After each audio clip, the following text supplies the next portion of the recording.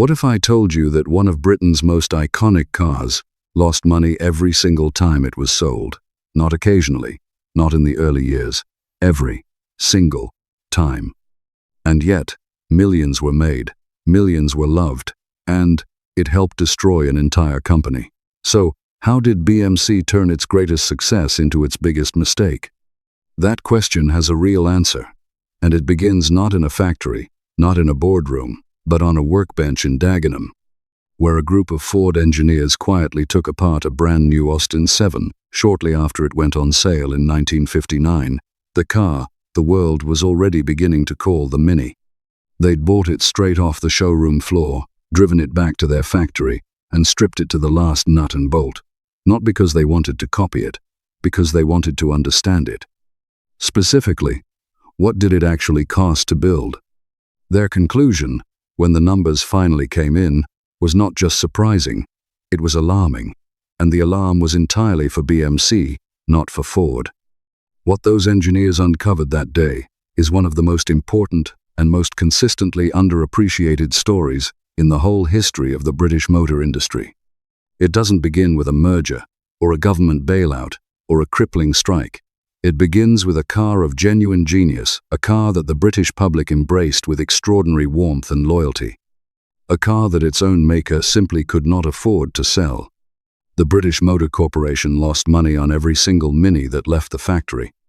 In the very moment that Britain believed it was engineering the future of motoring, it was quietly funding its own industrial, undoing one sale at a time. To understand how any of this was allowed to happen, we need to go back a few years. Back to a national emergency that forced one of the most original engineering minds Britain ever produced to do something remarkable in an impossibly short period of time. And back to a pricing decision in a Birmingham boardroom that would cast a shadow over the British car industry for the next 2 decades. In the autumn of 1956, Britain found itself in a confrontation that shook the nation to its core. The Suez Crisis, the disastrous military intervention in Egypt, didn't just damage Britain's international reputation overnight. It had an immediate, practical consequence at home: petrol rationing. For the first time since the Second World War, British motorists were being told how much fuel they could buy.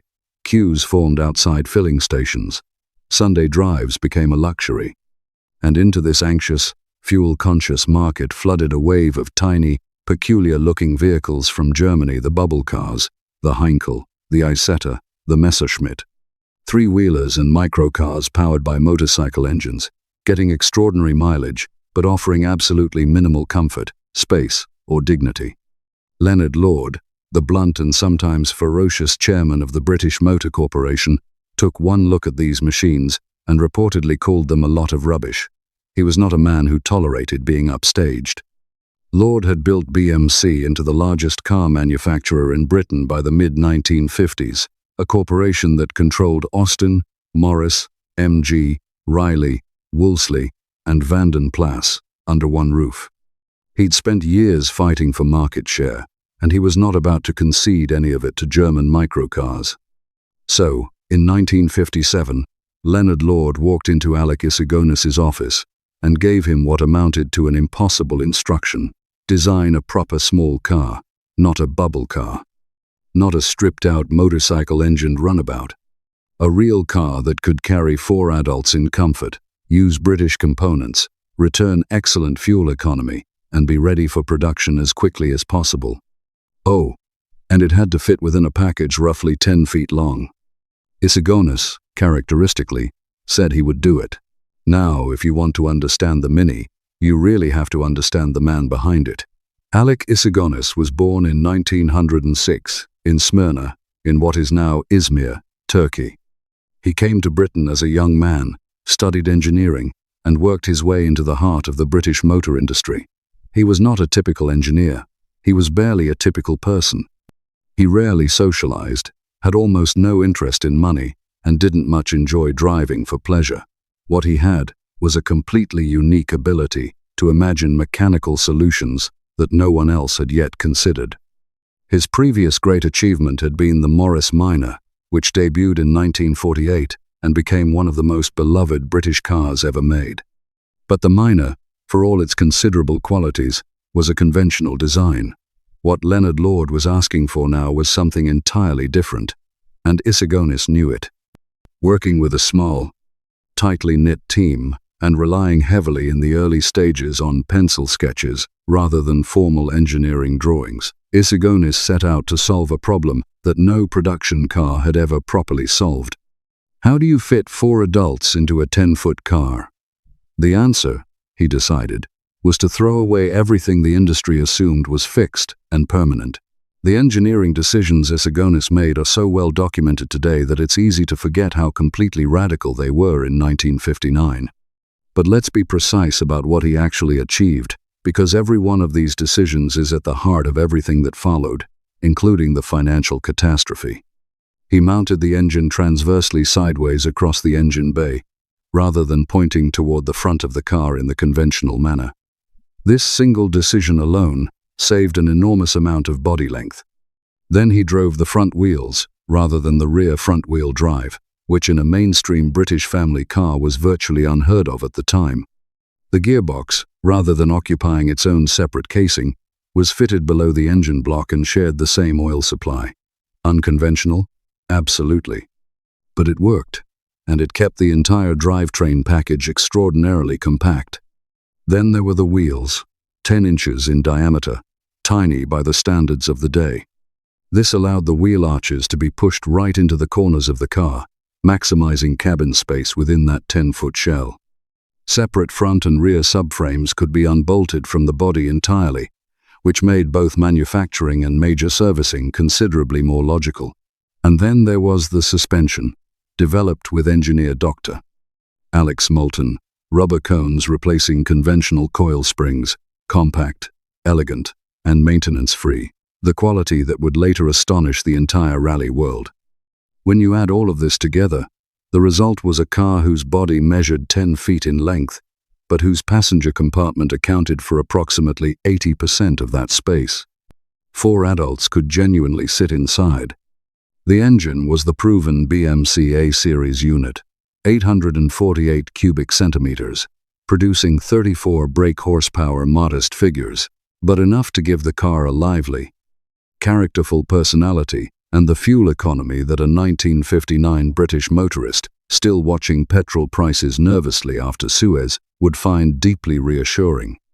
The Austin 7 and Morris Mini Minor went on public sale on the 26th of August, 1959.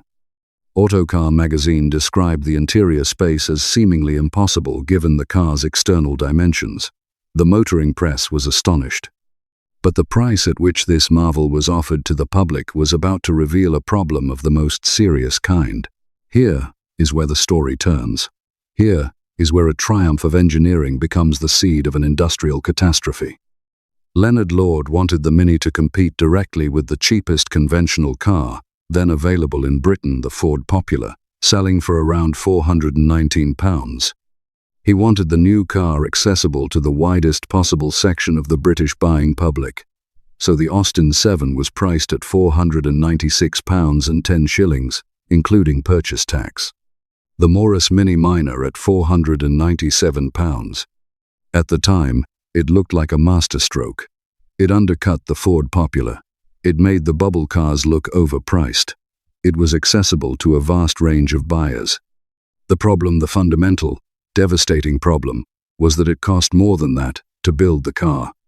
The transverse engine layout, the front-wheel drive transmission, the 10-inch wheels, the rubber cone suspension, the separate subframes, all of these ingenious solutions were, simultaneously, solutions that added cost and complexity to the manufacturing process. BMC's factories at Longbridge in Birmingham and Cowley near Oxford had to be substantially retooled. The development program across roughly 30 months had cost the company a considerable sum. None of these costs were adequately reflected in the retail price Leonard Lord had approved.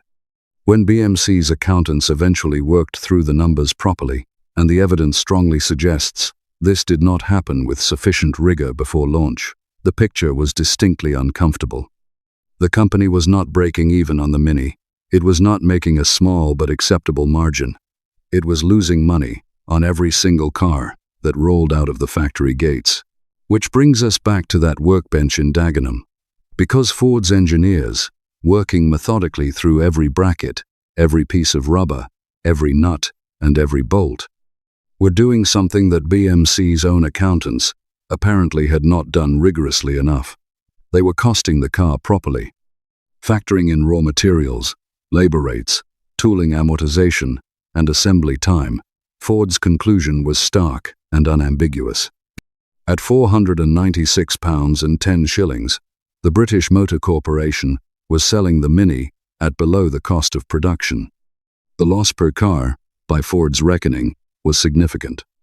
Automotive historians citing period accounts commonly place it at around £30 per vehicle at the original price point, and this figure did not account for the capital costs of retooling BMC's factories, nor the development expenditure sunk into the program before a single car reached a customer. Think carefully about what this actually means. Every time a buyer walked into an Austin or Morris dealership, handed over their money, and drove home in a new Mini, BMC was materially worse off than before the transaction took place. The more popular the car became, and it was becoming very popular indeed, the more money the company was hemorrhaging. Sales volume was not the solution, it was accelerating the damage. To be fair, BMC did make upward price adjustments in later years, and the introduction of more luxurious derivatives, the Riley Elf, the Wolseley Hornet, and the Vanden Plas Princess 1000, was partly an attempt to extract better margins from the same fundamental vehicle. But the core problem was never adequately resolved during the critical early years of the 1960s, when the cumulative damage was being done month after month. And here is the painful irony that makes this story so difficult to tell without a certain sadness. Because in almost every other respect, the Mini was a sensational success. By the early 1960s, the car had become a genuine cultural phenomenon. It was everywhere in London, driven by film stars, musicians, architects, and fashion designers alongside nurses, factory workers, and university students.